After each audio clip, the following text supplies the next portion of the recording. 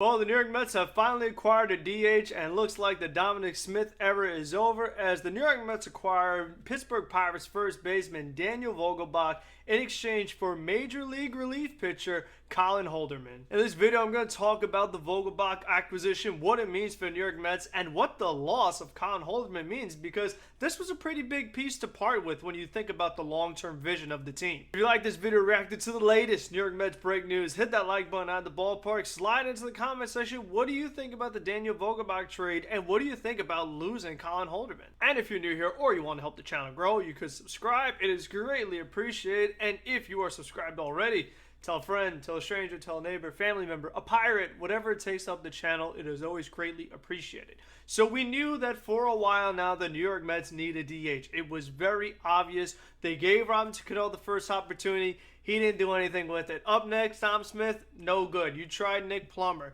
Now Travis Blankenhorn has just gotten called up. I mean, it got to the point where we were using Travis freaking Blankenhorn. And I don't care that he doesn't hit a lot of ground balls. He ain't good. He was not good on the major league levels, so no thank you. Vogelbach, on the other hand, we said, you know what? This New York Mets lineup, it could use some power. It could use a guy that can hit some home runs.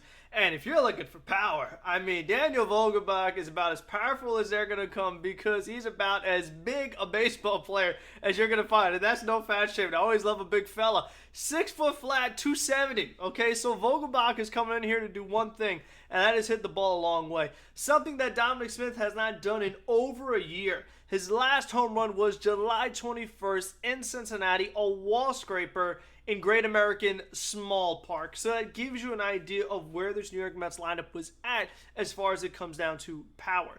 This year alone, Daniel Vogelbach does have 12 home runs and he hits the ball in the air a ton, and he hits the ball hard. Again, with his kind of power, I mean, these aren't cheapies. Daniel Vogelbach can definitely hit it a long way. As far as your traditional numbers, you're looking at 228 average, 338 on base, 769 OPS, 67 strikeouts to 40 walks. Now, the biggest critique of Daniel Vogelbach is his numbers versus right-handed pitching compared to left-handed pitching.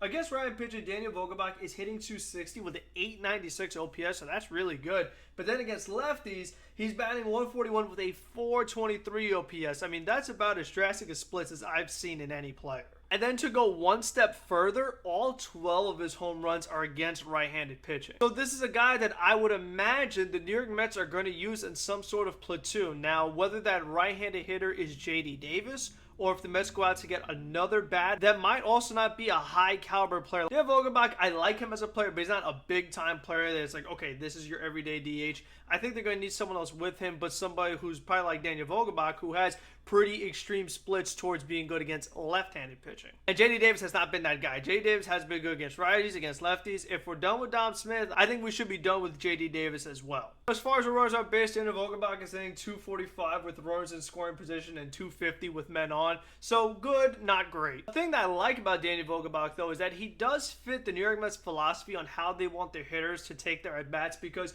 you look at Vogelbach, he's in the 97th percentile in walk rate and 95th percentile in chase rate. So even though he's this big guy that can hit home runs, he's not a guy just out there swinging and missing everything. He's a guy that's willing to take his walk, take his pitches, work up the pitch count, which is something that the New York Mets have done a great job of. I think it's a fantastic philosophy to have. I'm glad they're continuing in that direction. And he definitely is better than Dominic Smith. So the fact that the Mets upgrade their lineup, which we knew they really needed, is very nice to see. However, the other area that the New York Mets have struggled is their relievers not named Edwin Diaz. And Colin Holderman is a guy that this year had come up to the big leagues and he had shown a lot of promise. I mean, this year he has the 2.04 ERA, 4-0 record, so he comes in with the game on the line. He's gone through and he's gotten the job done in big spots. He's given you multi-inning outings. He's come in with runners on base. They've used him in extra innings, and the guy was young. I thought Colin Holderman could have been an extremely important part of this team because the Mets need somebody to get the ball from the starting pitcher to Adam Ottavino and Edwin Diaz, and I thought Colin Holderman was that perfect middle relief pitcher.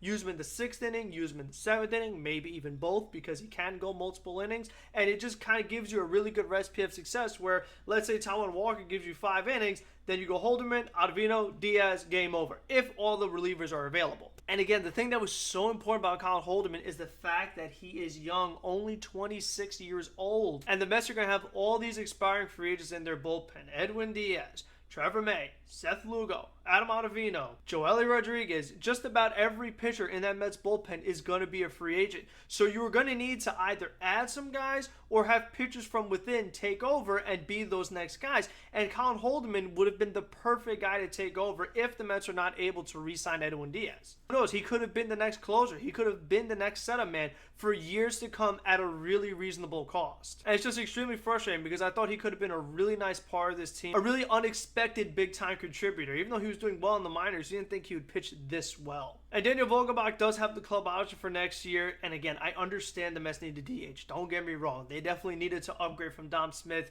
We all agree there. But I don't think that sacrificing with Colin Holderman for Vogelbach is worth it. Now, if you're telling me Juan Soto, if you're telling me Ian Happ, you're telling me like a big-time player, okay, I guess I'm a little more okay with it. But for Vogelbach, I want to part with a good piece like Colin Holderman because the Mets made their team better in one era, but they made their team worse in another. Now, yes, the Mets could trade for David Robertson, and he'd be an excellent addition to this bullpen. But again, Robertson is up there in age. He's not going to be a guy that's here next year and the year after that and the year after that that's going to be a meaningful contributor. So I think in the short term, maybe Vogelbach makes the Mets better, but I think long term, keeping Colin Holderman should have been a priority of this team. I was surprised that they did this, and I'm very disappointed that they did. So again, it definitely is a very weird move because they're kind of better in some areas, not better in others. So I'm curious to think, what do you guys think? Is this a good move? Are the Mets better? Are you willing to sacrifice one of your best relievers this season to get a bat for the DH position that could only play against right-handed pitchers? So, hope you guys enjoyed this. And until next one, we'll recap of the Padres series on Sunday on the Mets Weekly channel. That'll be in the description. So, until next one, be safe, be smart, be healthy, and let's go Mets. Go get some more relievers.